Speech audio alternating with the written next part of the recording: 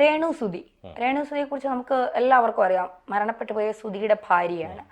രേണു സുധി കുറച്ച് ഓവറല്ലേ എന്ന് പലപ്പോഴും നമ്മളൊക്കെ ചോദിക്കുന്നുണ്ട്. പക്ഷെ പലരും പറയുന്നത് അവരുടെ ജീവിതം അവരുടെ പ്രൈവസിയാണ്, അത് അവർ എന്ത് വേണമെങ്കിലും ആയിക്കോട്ടെ, നമ്മളതിൽ ശ്രദ്ധിക്കാൻ പോകുമ്പോഴാണ് നമുക്ക് ഈ അഭിപ്രായങ്ങൾ പറയേണ്ടി വരുന്നത് എന്നുള്ളത്. പക്ഷേ അവർക്കെതിരെ വലിയ രീതിയിലുള്ള ആരോപണങ്ങൾ, അധിക്ഷേപങ്ങളൊക്കെ പലപ്പോഴും ഉണ്ടാവാറുണ്ട്. ഇപ്പോൾ സ്വപ്ന സുരേഷ്, സ്വർണ്ണക്കടത്ത് കേസിലെ പ്രതിയായ സ്വപ്ന സുരേഷ് അടക്കം ഫേസ്ബുക്കിൽ പോസ്റ്റുമായി രംഗത്തെത്തുകയാണ്. എന്താണ് സ്വപ്ന അതിലൂടെ പറയാൻ ശ്രമിക്കുന്നത്? അത് തന്നെ ഈ മരിച്ചുപോയ കൊല്ലം സുധിയുടെ ഭാര്യയാണ് രേണു സുധി ഇപ്പോൾ ഭയങ്കര വൈറലാണ്. ഒരുപാട് റീൽസും മറ്റും അതിലൂടെയൊക്കെ വൈറലാണ്. അത് അവരുടെ വ്യക്തിപരമായ കാര്യങ്ങൾ അവർ ജീവിക്കാൻ വേണ്ടി ഇപ്പോൾ സ്വപ്ന സുരേഷ് കഴിഞ്ഞ ദിവസം ഒരു പോസ്റ്റ് ഇട്ടു. Is this the new 2025 Vishu, request you to please respect our culture എന്ന് പറഞ്ഞാണ് ഇട്ടിരിക്കുന്നത്. നമ്മുടെ സംസ്കാരത്തെ മാനിക്കുക. Boys say so, mom would kill me if I showed my navel, കഷ്ടം, please find some other alternatives, you are not the one and only widow or divorce. അതായത് ഈ രേണു സുധി അല്ല ഇവിടെ ജീവിച്ചിരിക്കുന്നതിൽ ഒരു വിധവയും അല്ലെങ്കിൽ ഭർത്താവ് മരിച്ച ഡിവോഴ്സ് ആയിട്ടുള്ള ഒരാളും അല്ല. ഡോണ്ട് സെൽ യുവർ സ്റ്റുപ്പിഡിറ്റി എന്നാണ് സ്വപ്ന തന്നെ പറയുന്നത്. Cannot replace Lord Krishna with some word creation എന്ന് പറഞ്ഞിട്ടാണ് ഇട്ടിരിക്കുന്നത്. നമ്മുടെ സംസ്കാരത്തെ മാനിക്കുക, അതോടൊപ്പം തന്നെ ആദ്യത്തെ വിധവയോ അല്ലെങ്കിൽ ഡിവോഴ്സോ അല്ല എന്നാണ് സ്വപ്ന പറയുന്നത്. ഒരുപക്ഷെ സ്വപ്നയ്ക്ക് ഇത്തരത്തിൽ രേണു സുധിയുടെ ഇത്തരം നിലപാടുകളോട് സ്വപ്നയ്ക്ക് ചിലപ്പോൾ വിയോജിപ്പുണ്ടാകാം. എന്നിരുന്നാൽ കൂടിയും ഈ സ്വപ്ന സുരേഷ് പറഞ്ഞതിലും ചില കാര്യങ്ങളുണ്ട്. കാരണം ഓരോരുത്തർക്കും അവരുടേതായ സ്വാതന്ത്ര്യമുണ്ട് ജീവിക്കുന്നതിന് വേണ്ടി. ഏത് തൊഴിലും ഇഷ്ടപ്പെട്ട് ഏത് തൊഴിലിനും അതിൻ്റേതായ മഹത്വമുണ്ട്. ഇപ്പോൾ മോഡലാവാം, അല്ലെങ്കിൽ റീൽസ് ചെയ്യാം, അഭിനയിക്കാം, അല്ലെങ്കിൽ കുറച്ച് ഗ്ലാമറായിട്ട് അഭിനയിക്കാം. ഇതൊക്കെ അവരുടെ ഇഷ്ടങ്ങളാണ്. പക്ഷേ എനിക്ക് തോന്നുന്നത് ഇതൊരു കുറച്ചൊന്ന് ഓവറാക്കിക്കൊണ്ട് ഇത് മാർക്കറ്റ് ചെയ്യപ്പെടുന്നുണ്ടോ എന്നുള്ളൊരു സംശയമാണ് പലരും നിൽക്കുന്നത്. നമുക്കറിയാം ഇത്തരത്തിലുള്ള റീൽസ് വരുമ്പോൾ അതിൽ വരുന്ന കമൻറ്റുകളൊക്കെ വളരെ മോശം കമൻറ്റുകളായിരിക്കും. സ്വാഭാവികമായും അത് എൻജോയ് ചെയ്യുന്നോ എന്നുള്ളൊരു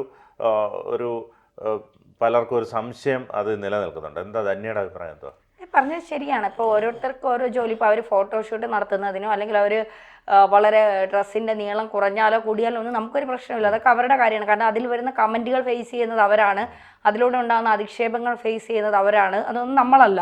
പക്ഷെ എങ്കിൽ പോലും ഇപ്പോൾ നമ്മൾ സമൂഹത്തിൽ ജീവിക്കുന്നവരാണ്, അതുകൊണ്ട് ഇങ്ങനെ ജീവിക്കാവൂ എന്നൊന്നുമില്ല. പക്ഷെ എങ്കിൽ പോലും കുറെ കൂടിയൊക്കെ ഇതിനെ മാർക്കറ്റ് ചെയ്തുകൊണ്ട് അല്ല, രേണു സുധിക്ക് അല്ലാതെയും ജീവിക്കാം അല്ലേ? രേണു സുധിക്ക് ഏത് തരത്തിൽ വേണമെങ്കിലും അവർക്ക് അവരുടെ ജീവിതം മുന്നോട്ട് കൊണ്ടുപോകാം. ഇത് തന്നെ പിന്നെ ഈ ഒരു തരത്തിലൂടെ മാത്രമേ തനിക്ക് മുന്നോട്ട് പോകാൻ പറ്റൂ, താൻ ജോലി ചെയ്തല്ലേ ജീവിക്കുന്നതെന്നൊക്കെ അവർ ഒരു ഇൻ്റർവ്യൂവിലൊക്കെ പറയുന്നത് ശരിയാണ്. എല്ലാവരും ജോലി ചെയ്താണ് ജീവിക്കുന്നത്. ജോലി ചെയ്ത് ജീവിക്കുന്ന രണ്ട് തരത്തിലുണ്ട്. ഒന്ന്, സുധി മരണപ്പെട്ടതിന് ശേഷമുള്ള രേണുവിൻ്റെ ജീവിതം, അതിന് മുൻപുള്ള രേണു എന്ന് പറയുന്ന ഒരാളുടെ ജീവിതം. ഇത് രണ്ടും ആളുകൾ കമ്പയർ ചെയ്യുന്നുണ്ട്.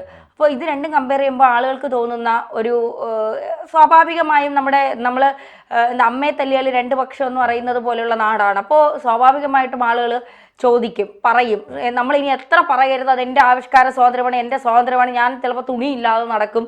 അത് ചോദിക്കാം, നിങ്ങൾ ആരാന്ന് ചോദിച്ചാൽ ചോദിച്ചിരിക്കും. നമ്മുടെ സമൂഹം അങ്ങനെയാണ്.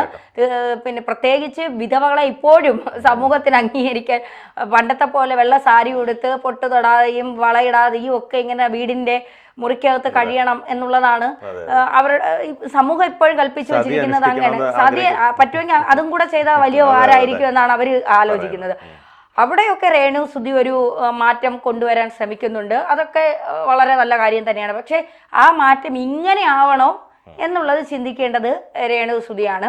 കാരണം ഒരു ഒരു ഭർത്താവ് മരിച്ച ഒരു സ്ത്രീ 24 മണിക്കൂറും വീടിനകത്തിരുന്നാൽ അവരെ കുഞ്ഞിനെ ഈ പറയുന്നവരാരും കൊണ്ടുവന്ന് അന്നം കൊടുക്കില്ല. അവരെ കുടുംബത്തിൽ അവരെ അടുപ്പരിയണമെങ്കിൽ അവർ കഷ്ടപ്പെട്ടാലേ പറ്റൂ. കാരണം അവർക്ക് ഇനി കൊണ്ടു കൊടുക്കാൻ അവരുടെ ഭർത്താവില്ല. അപ്പോൾ അവരെ നോക്കാൻ അവർ മാത്രമേ ഉള്ളൂ, ആ കുഞ്ഞുങ്ങളെ നോക്കാൻ അവർ മാത്രമേ ഉള്ളൂ. ആരെയൊക്കെ കടാക്ഷം കൊണ്ട് ഒരു വീട് കിട്ടി എന്നുള്ളത് മാത്രമാണ്, സഹായങ്ങൾ കൊണ്ട്. അപ്പോൾ സ്വാഭാവികമായും അവർ മാത്രമേ ഉള്ളൂ. പക്ഷേ അവർ ചിന്തിക്കേണ്ട ഒരു കാര്യം, ആ ഒരു കാര്യം വെച്ച് അവർ മുതലെടുപ്പ് നടത്തരുത്. സ്വപ്ന പറഞ്ഞ ആ ഒരു കാര്യത്തോട് ഞാൻ യോജിക്കുന്നുണ്ട്. ഈ ലോകത്ത് ഡിവോഴ്സ് ആയതും ഭർത്താവ് മരിക്കുന്ന ആദ്യത്തെ സ്ത്രീ അല്ല രേണു സുധി എന്ന് മനസ്സിലാക്കിയാൽ നന്നായിരിക്കും. നിങ്ങൾക്ക് മാന്യത എന്ന് പറയുന്നത് തുളസി കതിരി വെച്ച് സാരി ഉടുത്ത് മുല്ലപ്പൂ വെച്ച് ആ രീതിയല്ല പറയുന്നത്. പക്ഷേ അതിൻ്റെതായ ഒരു എല്ലാത്തിനും അതിൻ്റെതായ ഒരു ലിമിറ്റുണ്ട്. ആ ലിമിറ്റ് ക്രോസ് ചെയ്യുമ്പോഴാണ് അത് ചർച്ചയാകുന്നത്, വാർത്തയാകുന്നത്. അത് നമുക്ക് അഭിപ്രായങ്ങൾ നിങ്ങൾക്കത് ചെയ്യാമെങ്കിൽ അഭിപ്രായം പറയാനും കമന്റ് ഇടാനുള്ള സ്വാതന്ത്ര്യം മറ്റുള്ളവർക്കുമുണ്ട് എന്ന് നിങ്ങൾ ചിന്തിക്കുക. സ്വാഭാവികമായിട്ട് അവരൊരു അഭിനേത്രി കൂടിയാണ്, നാടക നടിയൊക്കെയാണ്. രേണു സുധി പറയുന്നത്, സുധി ഉള്ള സമയത്തും ഞാൻ ഇത്തരത്തിൽ റീൽസ് ഇടുമായിരുന്നു, അന്നൊന്നും ആരും ചർച്ച ചെയ്തില്ല, ഇപ്പോൾ എന്താണ് എല്ലാവർക്കും പറ്റിയതെന്നുള്ള രീതിയിലൊക്കെ ചോദിക്കുന്നുണ്ട്. പക്ഷെ എന്നിരുന്നാൽ കൂടിയും ഈ ബോധപൂർവം ഇത്തരത്തിലിടുന്ന ചില റീൽസുകൾ അത്തരത്തിൽ അത് മറ്റുള്ളവർക്ക് കമൻ്റ് ഇടാൻ പര്യാപ്തമായ രീതിയിലാണ് അവർ ചെയ്യുന്നത്. അതുതന്നെ ആയിരിക്കും ഒരുപക്ഷെ സ്വപ്ന ഉദ്ദേശിച്ചത്. ഈ വിഷു ദിനത്തിൽ നമ്മുടെ സംസ്കാരത്തെ മാനിക്കുക എന്ന രീതിയിൽ സ്വപ്ന പറഞ്ഞതായിരിക്കും. അത് സ്വപ്നയ്ക്ക് സ്വപ്നയുടേതായ അഭിപ്രായം പറയാനുള്ള അവകാശം. ഇതിപ്പോ സ്വപ്നം പറയുമ്പോൾ നീ ആദ്യം നന്നാവും, നീ ആദ്യം ഒളിപ്പിച്ച സ്വർണ്ണം എവിടെയെന്ന് പറ, അങ്ങനെയൊക്കെ പറയാൻ പറ്റും തിരിച്ച്. ഇപ്പോൾ രേണു ഒരുപക്ഷെ ഇതിന് പ്രതികരണമായി രംഗത്ത് വന്നേക്കാം. കാരണം എല്ലാ കാര്യങ്ങളിലും കൃത്യമായി രേണു അഭിപ്രായങ്ങൾ പറയുന്നുണ്ട്. കാരണം ഇത്തരം സംഭവങ്ങളിൽ കമൻറ്റ് വരുമ്പോഴും രേണു അതിന് കൃത്യമായ മറുപടികൾ അതേ രീതിയിൽ തന്നെ കൊടുക്കുന്നുണ്ട്.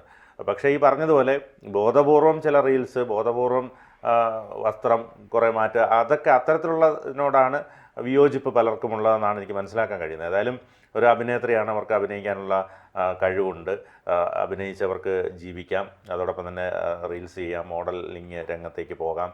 അവരെന്തായാലും ഇപ്പോൾ ഈ നമുക്കറിയാം ഒരു സമയത്ത് മാത്രമേ ഈ ആൾക്കാർ നമ്മളെ അംഗീകരിക്കത്തുള്ളൂ. ഇപ്പം വേറൊരാൾ വരുമ്പോഴത്തേക്ക് ഈ ആൾ അപ്രസക്തമായി പോകും. നമുക്കറിയാം ഈ ഹണി റോസ് ഉദ്ഘാടനത്തിന് ഭയങ്കര ഇതായിരുന്നു, പക്ഷേ ഇപ്പോൾ പുതിയ ആൾക്കാർ വന്നു തുടങ്ങി എന്ന് പറഞ്ഞതുപോലെ അങ്ങനെ അത് കുറെ കാലം എടുത്തിട്ട് അലക്കി അവരുടെ വഴി തേടിയേ അവർ ആ രീതിയിൽ അവരെന്താണോ ജീവിക്കണം എന്ന് ആഗ്രഹിച്ച് ആ രീതിയിൽ അവർ പോകുള്ളൂ എന്ന് മനസ്സിലായപ്പോൾ അവരെ പതുക്കെ വിട്ടു. അത് കഴിഞ്ഞിട്ട് ഹണി റോസ് ആയിരുന്നു. ഹണി റോസിന്റെ പുറകെ കുറേ നാൾ അനുകൂലിച്ചും പ്രതികൂലിച്ചും ഒക്കെ കുറേ നാൾ നടന്നു. ഹണി റോസിനെ അപ്പോൾ അതിന് ശേഷം പിന്നെ ആരെയാണ് ബോച്ച പിന്നെ ആ ഉദ്ഘാടനത്തിന് കൊണ്ടുവരുന്നത് എന്നായി. ഇടയ്ക്ക് മറ്റേ പ്രയാഗ്രാജിലെ കുംഭമേളയ്ക്ക് വൈറലായ മൊണാലിസയെ കൊണ്ടുവന്നു. അങ്ങനെ കുറെ നാൾ അതിന്റെ പുറകെയായിരുന്നു. അത് കഴിഞ്ഞ് അമല പോൾ വന്നു. പിന്നെ വേറൊരു അന്ന രാജ്യൻ ആ നടിയുടെ പുറകെയായിരുന്നു. അതൊക്കെ മാറിയതിനു ശേഷം ഇപ്പോൾ രേണു സുധി ആരെങ്കിലും ഒക്കെ വേണം. ഈ സോഷ്യൽ മീഡിയയിൽ വെറുതെ ജോലി ഇല്ലാതെ ഇരിക്കുന്ന കുറെ എണ്ണം ഉണ്ടല്ലോ. ഈ വൈറൽ സംഭവങ്ങൾ എന്ന് പറഞ്ഞാൽ ഇപ്പം ഇവർക്ക് ഈ ഒരു സമയത്ത് കിട്ടുന്നൊരു വൈബാണ്. ആ സമയത്ത് ഇപ്പം ചിലപ്പോൾ ഒരു ഉദ്ഘാടനം കിട്ടാം, അല്ലെങ്കിൽ അത്തരത്തിലുള്ള ഒരുപാട് പ്രോഗ്രാംസിന് വിളിക്കാം.